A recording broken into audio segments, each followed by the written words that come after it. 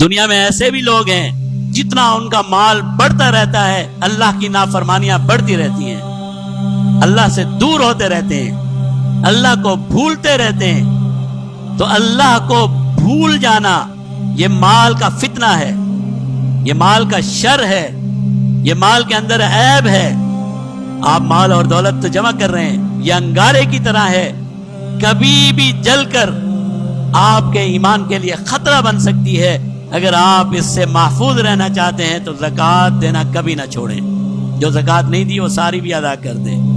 فرمایا زکوٰۃ دینے والا زکوٰۃ کے ذریعے اللہ کی رضا کو پہنچ جاتا ہے۔ جناب نبی کریم صلی اللہ علیہ وسلم نے ارشاد فرمایا اذا ادیت الزکاۃ فقد اذهبت عنک شرک، تو نے مال کے فتنے اور فساد کو اپنے سے دور کر دیا۔ مال کبھی کبھی فتنہ اور فساد بن جاتا ہے۔ قارون کے لیے بنا کہ نہیں بنا؟ قارون کتنا بڑا مالدار تھا، لیکن اس کا مال اس کے لیے فتنہ اور فساد بن گیا۔ اگر مال اور دولت کے فتنے اور فساد سے بچنا ہے تو جناب نبی کریم صلی اللہ علیہ وسلم نے ارشاد فرمایا جس پر زکوٰۃ واجب ہے وہ زکوٰۃ ادا کرے۔